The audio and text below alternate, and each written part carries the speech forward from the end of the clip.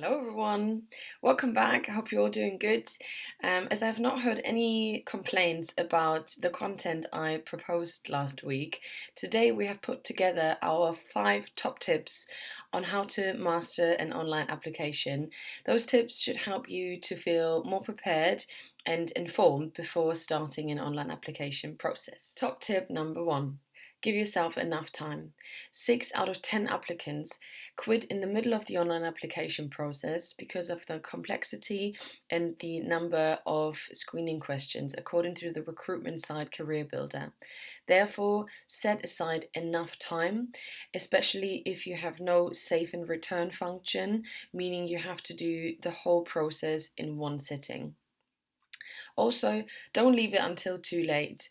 Recruiters and companies sometimes decide to take the vacancy off earlier than the due date says on the vacancy. So don't leave it until too late. Just a little bonus hit.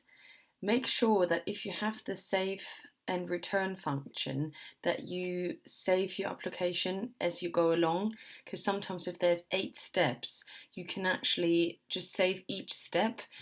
So if you want to come back to it, you can, or if something happens to your internet connection, then at least you can log back in and you will come back to the point that you filled up and not everything is lost. Top tip number 2, and I think this is a really important one, make sure that you're in a calm and quiet environment where it's very likely that you don't get distracted.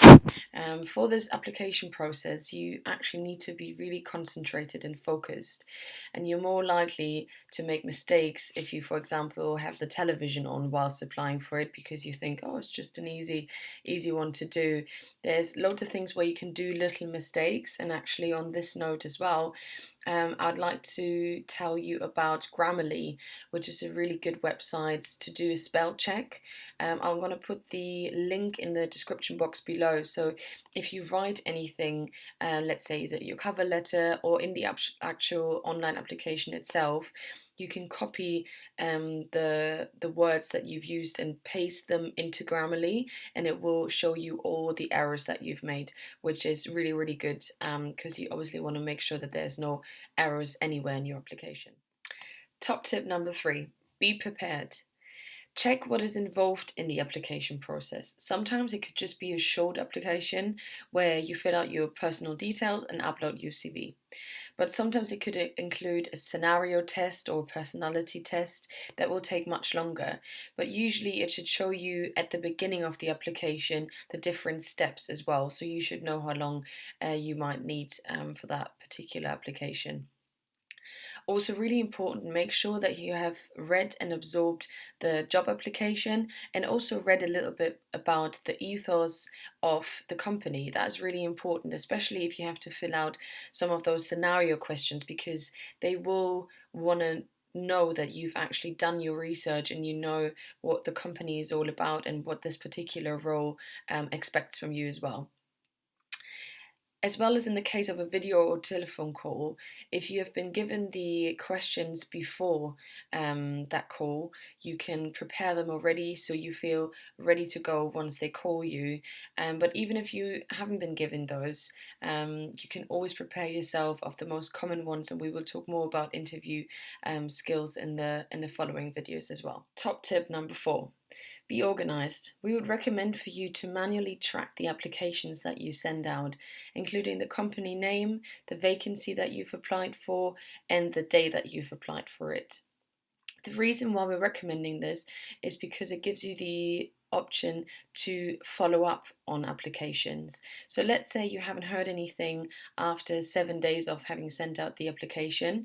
There's no harm in sending out a follow-up email, give maybe even a telephone call if possible.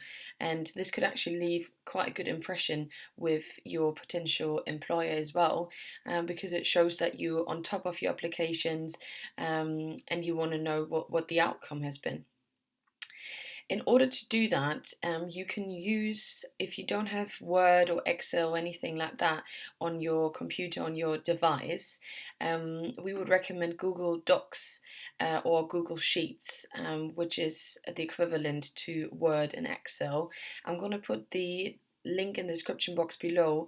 All you need is a Gmail account that you log into, and then you can save the document online as well, which is really, really good for you to easily to go back at to. Top tip number 5. Create an impact. Even though you're just filling out boxes or answering questions, your application should still stand out. And you can do this by demonstrating your skills, your experiences that align with what is needed in the job.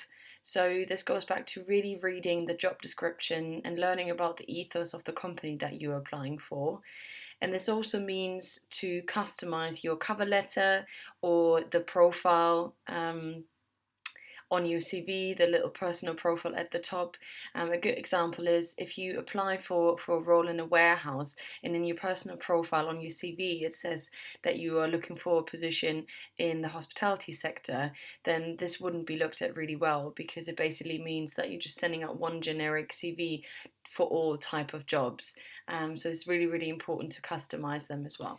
Here we go, our 5 top tips. I hope they have been helpful for you and you feel more prepared of giving an online application a go. If you have any questions or any feedback, please let me know directly or put them in the comments below. This is really supposed to be relevant to you guys. I know I've said it in like every single video, but it is. So I'm looking forward to hearing from you. Have a good day, and bye-bye.